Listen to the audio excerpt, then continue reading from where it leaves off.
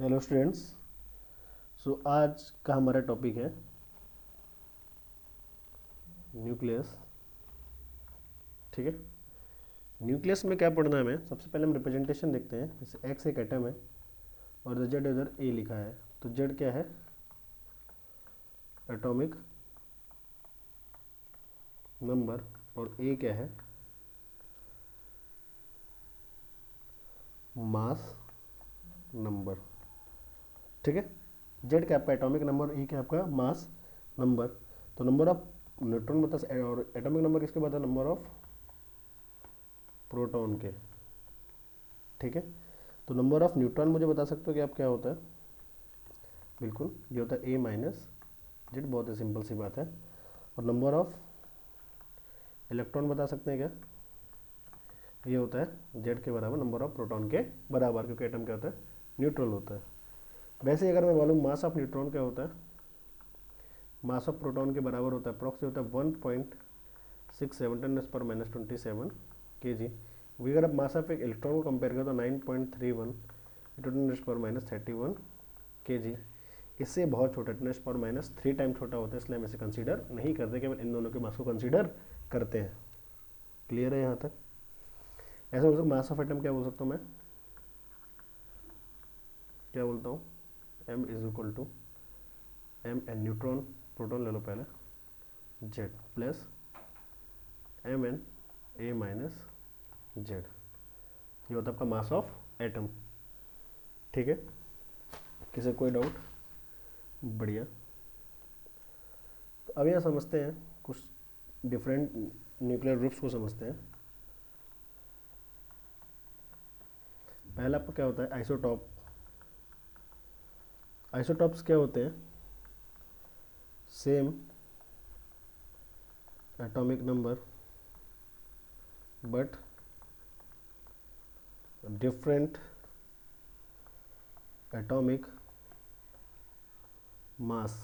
ठीक है, ये है तो 13C6, ये सेम है, मास नंबर डिफरेंट है। सेकंड क्या होता है आपका? आइसोबार। आइसोबार में क्या होता है? Same mass number but different atomic number. For example 14C6 14N7, ये सेम है, ये डिफरेंट है। समझ में आ गया? वैसे आपके क्या होते हैं? आइसोटोन्स। ये क्या होते हैं? Number of neutron is same. बस इतना जान लो, कोई मतलब नहीं है इसके अलावा। इतना सबको क्लियर है? डिफरेंट टाइप्स के ग्रुप हो गए आपके, है ना? अब थोड़ा पहले वन एम यू वन ये एम यू डिफाइन करते हैं, बोलते एटॉमिक मास यूनिट। क्या आता है? Atomic mass unit. ये क्या होता है? 1/1/12 ऑफ मास ऑफ C12। ठीक है, C12 का 1/12 मास को मैं क्या बोलता हूँ? 1 एटॉमिक यूनिट। और ये 1 AMU किसके बराबर होता है? अप्रॉक्स 1.67 इंटू 10⁻27 kg के बराबर होता है। क्लियर है? इसलिए हम वो सब छोड़िए, 1 मोल में कितना होता है? किसी भी चीज़ का 1 मोल ऑफ मास बोलेगा तो अगर उसका एटॉमिक नंबर A है तो 1.67 इंटू 10⁻27 इंटू कितने एटम मिल्स के, कितने मॉलिक्यूल्स मिलके बनाते हैं? तो 6.02 10⁻23। जब इसको आप मल्टीप्लाई कर दो, इधर आता है A इंटू 10⁻³ kg, तो मैं बोल सकता हूँ A ग्राम। तो 1 मोल में कितना होता है? 1 ग्राम होता है, इस कारण से होता है। क्लियर है सभी को? कोई दिक्कत वाली बात नहीं है। अब मैं न्यूक्लियर की बात करता हूँ। न्यूक्लियस, जो न्यूक्लियस के अंदर उसे क्या बोलते हैं? न्यूक्लियॉन्स। और ये क्या कहते हैं? Proton and neutron. दो पार्टिकल से मिला है, प्रोटॉन एंड न्यूट्रॉन्स। तो अब एक बात बताना, एक न्यूक्लियस है, इसके अंदर प्रोटॉन है और न्यूट्रॉन है। क्या प्रोटॉन एक दूसरे पर रिपल्सन फोर्स नहीं लगाएंगे? बिल्कुल लगाएंगे। कौन सा होगा? Electrostatic repulsion. बट ये दोनों साथ पे हैं, मतलब इसको एक काउंटर कर रहा है। वो कौन काउंटर कर रहा होता है, इसे बोलते हैं न्यूक्लियर फोर्स। कौन सा है वो, न्यूक्लियर फोर्स। वो किसके किसके बीच लगता है, neutron neutron, proton neutron, proton proton, इसके बीच क्या लगता है, ये न्यूक्लियर फोर्स। और क्या होता है, सेम इन मैग्नीट्यूड। इसका नेचर देखते, थोड़ा कैरेक्टरिस्टिक देखते हैं, कैरेक्टरिस्टिक नेचर ऑफ न्यूक्लियर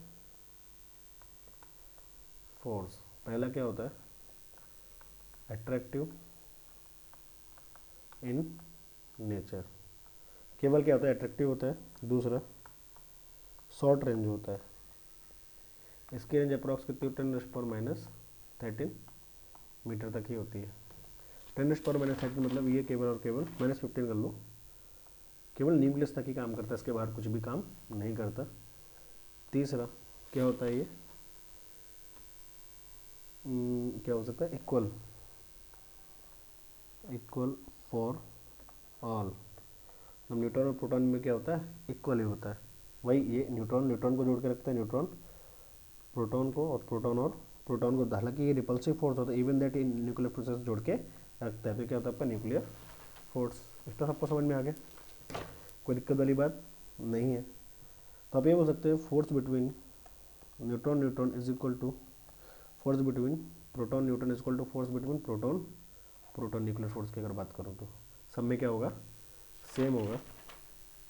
और ये आता क्यों, आप ये समझना, इसका आने का रीज़न क्या होता है, mass deficit, mass defect. Mass defect होता क्या, पहले ये समझो। इसे लाया क्या हो गया कि E equal to M C square, इसकी इक्वेशन थी आइंस्टाइन की, E equal to delta M C square, mass can convert into energy. तो मैं ये बोल सकता हूँ कि एक थ्योरेटिकल मास है mt, जो कैलकुलेटेड मास होता है, और me है एक एक्सपेरिमेंटल मास। अभी थ्योरेटिकल मास ऑफ एक एटम जो आप कैलकुलेट करके निकालते हो, जो एक्सपेरिमेंट करके निकालते हो, तो देखा गया यहाँ पे एक मास डिफेक्ट दिखाई देता है mt माइनस me के बीच, तो ये होता है डेल्टा। अब ये जो मास डिफेक्ट है वो कहाँ गया, एनर्जी पे। कहाँ गया वो, एनर्जी पे। और कैसी एनर्जी जनरेट करता है ये, न्यूक्लियर एनर्जी। कैसा, न्यूक्लियर एनर्जी। बात समझ में आ रही है। तो आप यहाँ से बोल सकते हैं E is equal to delta M C square. अब मास ऑफ थ्योरेटिकल क्या बोल सकते हैं, mass of proton into Z plus mass of neutron A minus Z. इतना समझ में आ रहा है क्या, है ना। तो यहाँ तक आपको करना होता है। तो आप एक चीज़ इस पर याद कर सकते हो, E equal to delta M 931.5 MeV। आपको इसको इसमें रखता था AMU में, जैसे आपको कुछ भी दे दे 0.01 AMU है, तो E आपका कितना आ जाएगा 9.315 MeV। ठीक है, आपने क्या किया, डेल्टा एम को 0.01 इंटू 93.5 MeV रख दिया, आपको आंसर मिला 9.31 MeV। कोई दिक्कत वाली बात, एनर्जी है ये। ठीक है, ये आपको मिल गया, कोई दिक्कत वाली बात नहीं होती, सिंपल सा होता है। अब मैंने बोला कि न्यूक्लियर एनर्जी क्या है, ये न्यूक्लियर एनर्जी है। तो किसी को भी स्टेबल होने के लिए, स्टेबिलिटी के लिए, न्यूक्लियर एनर्जी पर न्यूक्लियन, है ना, या फिर N अपॉन बोलो E अपॉन जेड, ये ज़्यादा होनी चाहिए।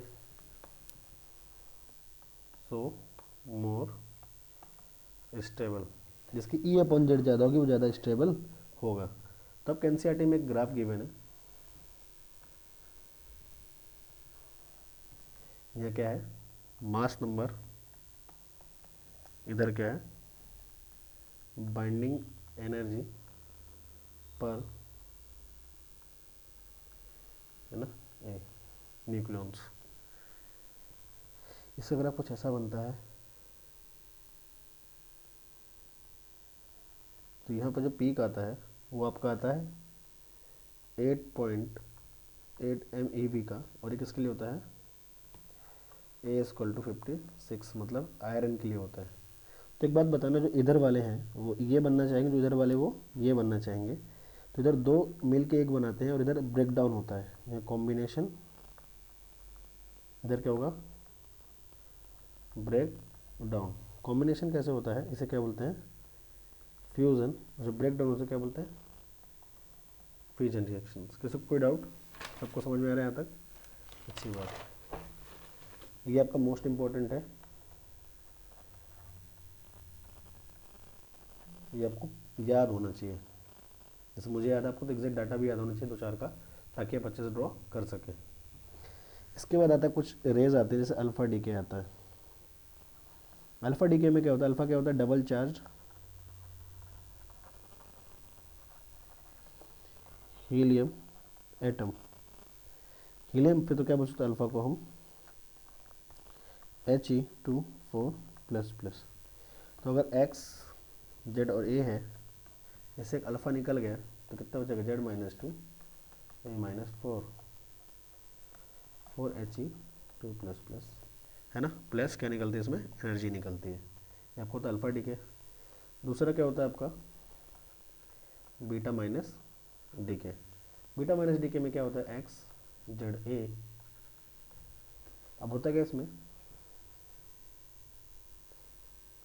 एक जो न्यूट्रॉन है वो आपका प्रोटॉन में कन्वर्ट होता है पास में एक एंटी न्यूट्रॉन में। किस में होता है, एंटी न्यूट्रॉन, ऐसे बोलते हैं एंटी न्यूट्रॉन, आप याद कर लो बस। तो Y Z, देखो न्यूक्लियस बढ़ गया ना, न्यूक्लियस में कन्वर्ट हो गया प्रोटॉन, तो Z+1। इधर ए का ए ही रहेगा, क्योंकि एन कम हुआ और ए बढ़ा और एक कम हो गया, कोई फर्क नहीं पड़ा, प्लस ये एंटी न्यूट्रिनो बोलते हैं इसे, है ना। ये आपको होता है बीटा माइनस डी के। ऐसा होता है बीटा प्लस डी के। बीटा प्लस डी के में क्या होता है, ये आपका एटम है, तो इसमें क्या होता है, आपका जो प्रोटॉन होता है वो किस में कन्वर्ट होता है, न्यूट्रॉन प्लस एक न्यूट्रोनो में प्लस होता है, ठीक है।